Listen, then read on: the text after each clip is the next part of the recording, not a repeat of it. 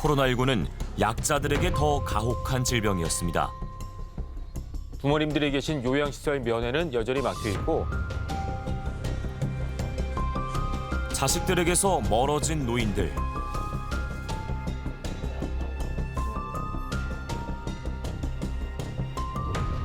보지 못하는 사이 은밀한 일들도 벌어졌습니다.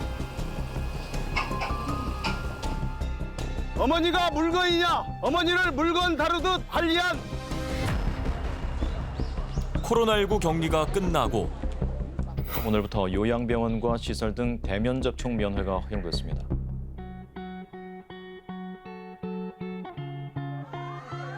막혀있던 벽이 허물어지면서 시설에서의 노인 학대는 줄어들 것 같았습니다.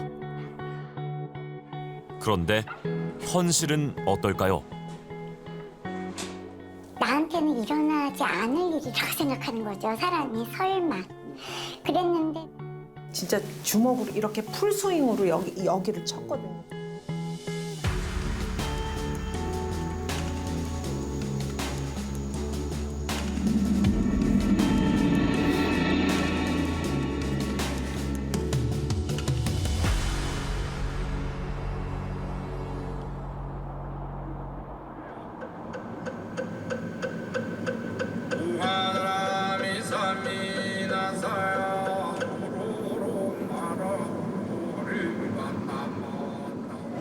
엄마를 이제 위해서 뭐 기리는 음악을 좀 매일 들으라 하더라고요. 아, 이거를 매일 아침, 저녁으로 한 번씩 들으세요? 네네, 출퇴근 때.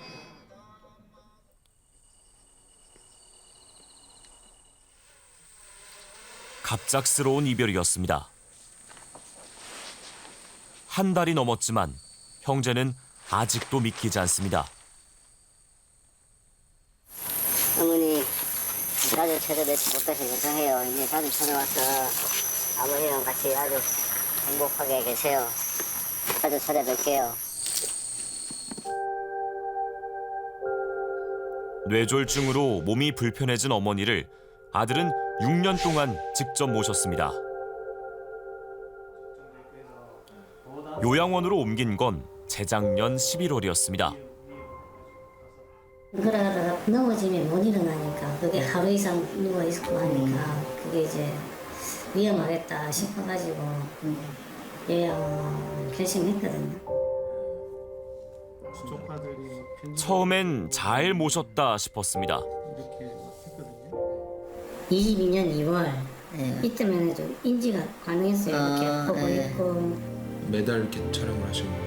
4월 이렇게 어버이날이라고 조카들이 막 편지도 읽어주고 이렇게 막 했거든요. 이렇게 직접 숟가락질도 하면서 먹었어요. 코로나19 유행도 무사히 잘 넘겼다고 생각했습니다. 그런데 지난 7월 갑작스러운 연락이 왔습니다. 요양원 측이 어머니를 모시고 병원에 갔는데 고열 증세와 함께 코로나19 확진 판정을 받은 겁니다.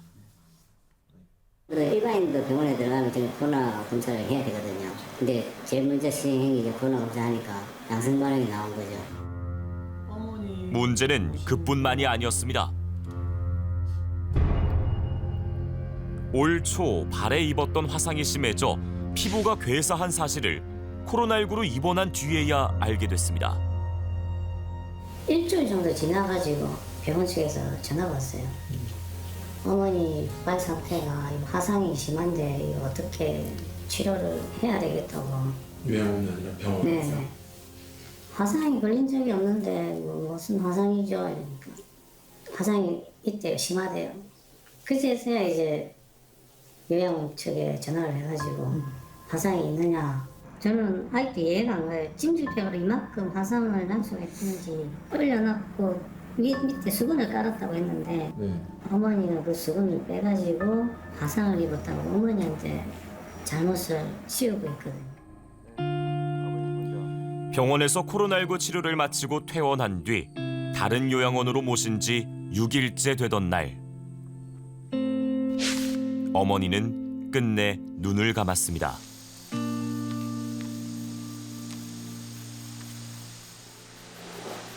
도대체 무슨 일이 있었던 걸까? 해당 요양원을 찾아가 봤습니다.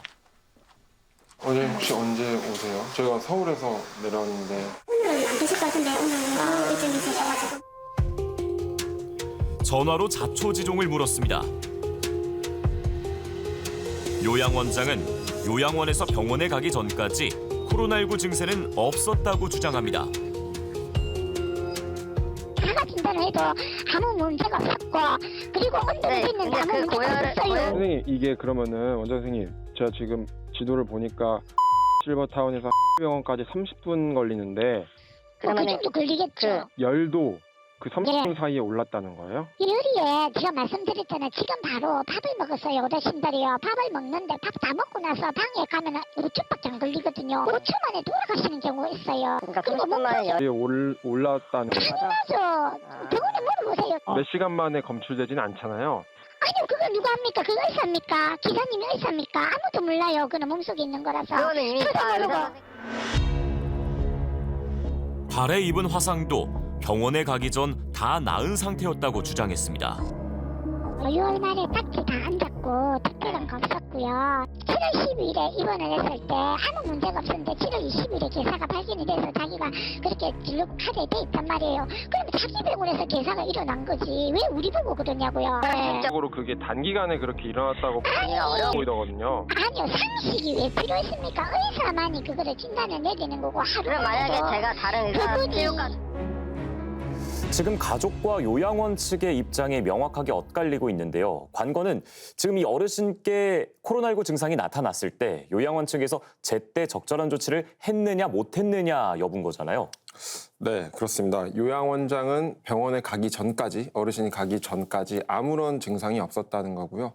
가족은 이미 증상이 며칠 전부터 있었는데 병원에 뒤늦게 갔다 이렇게 주장을 하고 있는 겁니다. 네.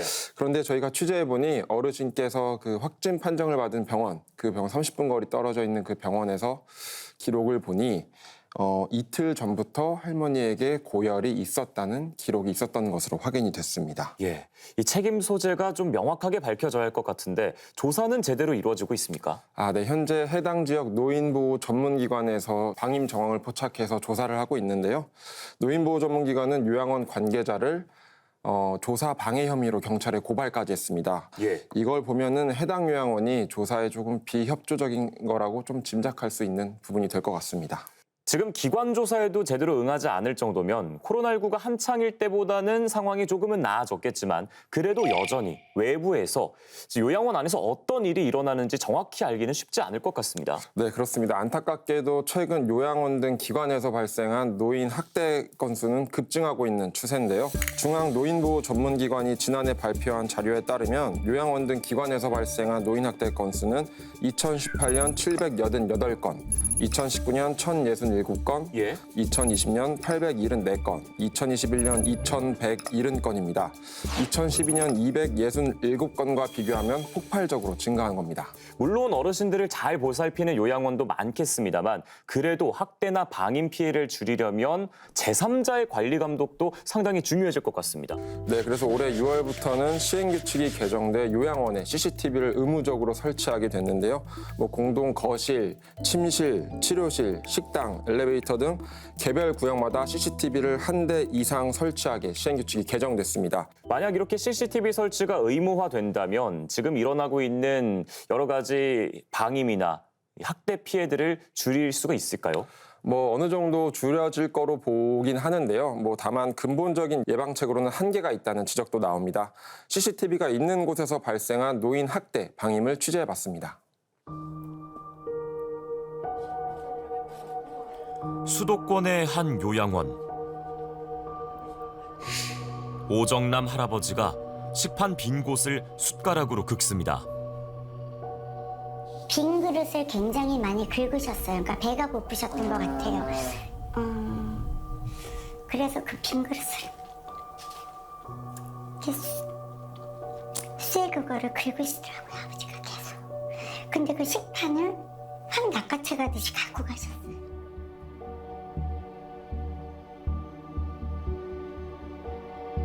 홀로 남은 어르신. 점점 몸이 기울더니 버티지 못하고 침대에서 떨어집니다.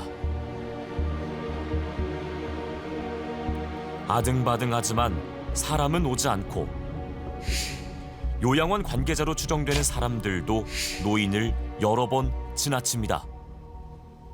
노인 보호 전문기관에서 몇 분 뭐 이렇게 많이 수는 없었던가? 대강? 몇 분 방치 기간이 꽤 오랜 시간이었다. 한 20분? 해당 요양원 측은 저녁 시간이라 직원들이 바빠서 미처 발견을 못한 것 같다. 이후 순찰을 강화했다는 입장을 밝혀왔습니다. 하지만 방임의 정황은 다른 데서도 나타났습니다.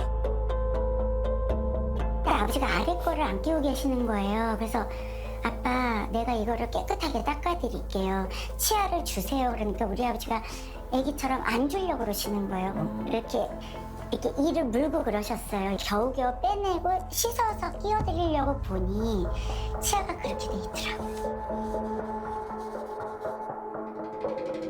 오랜 기간 붙이고 떼어놓지 않은 반창고도 보였습니다. 부다를 붙여놓으신 거예요. 그러니까 등에 같이 협착이 된 거예요.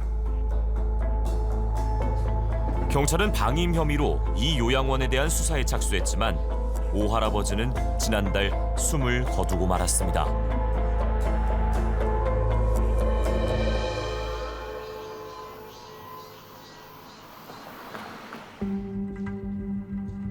또 다른 수도권의 요양원. 한 노인이 휠체어를 탄 다른 노인을 멀리 밀어버립니다.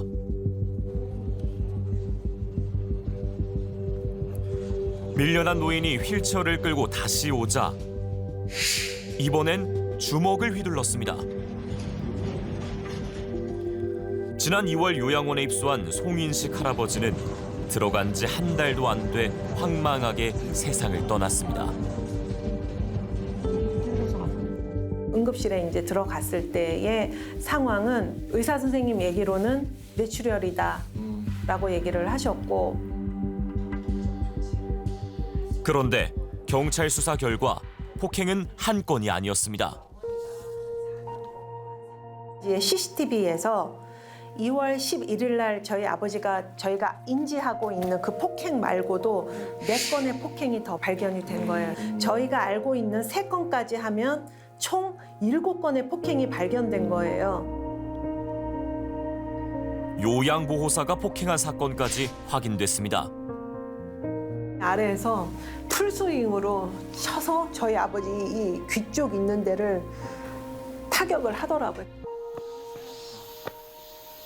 왜 그랬을까? 요양보호사님도 그때 당시에 폭행을 하셔가지고 같이 검찰에 넘어갔다고 들었는데 나도 인터뷰를 할 생각이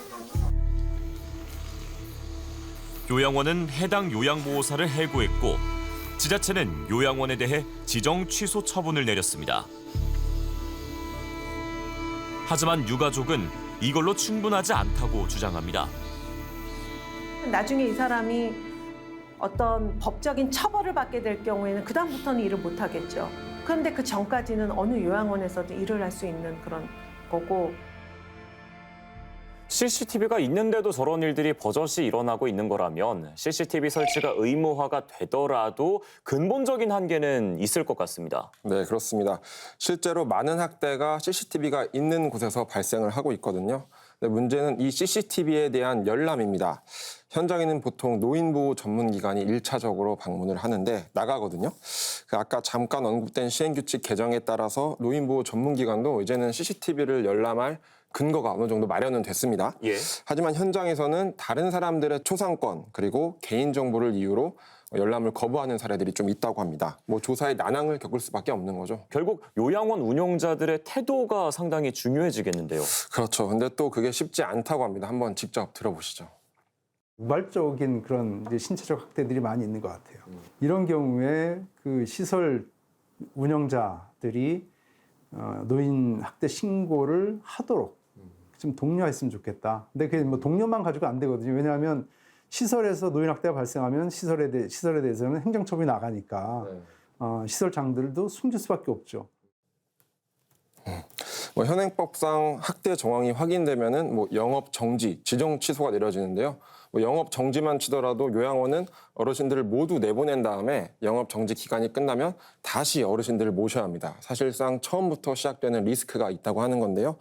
뭐 이래서 확대 정도에 따라서 행정 처분을 조금 더 세분화해서 운영자가 적극적으로 신고할 수 있게 하자는 목소리가 나오는 이유입니다. 네, 다만 오늘 저희가 분명하게 말씀드리는 건 대개 많은 요양원에서 적절하게 어르신들을 돌봐주고 살펴보고 있습니다. 하지만 몇몇 군데에서의 학대와 폭행들은 조금 더 근본적인 대책을 세워서 아예 없애야 되지 않은가 그런 생각도 듭니다. 그렇죠. 뭐 선량하게 성실하게 어르신을 돌보는 요양원, 요양보호사분들이 대부분일 겁니다. 요양보호사의 처우를 개선한다든가 전반적인 돌봄의 질을 높이기 위한 당근책도 필요해 보입니다.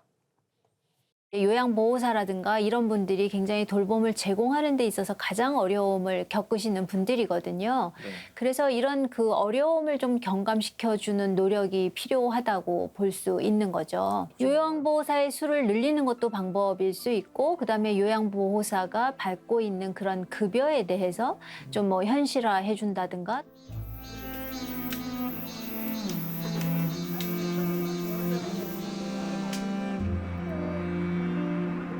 내년이면 우리도 노인 인구 1,000만 명 시대를 맞게 됩니다.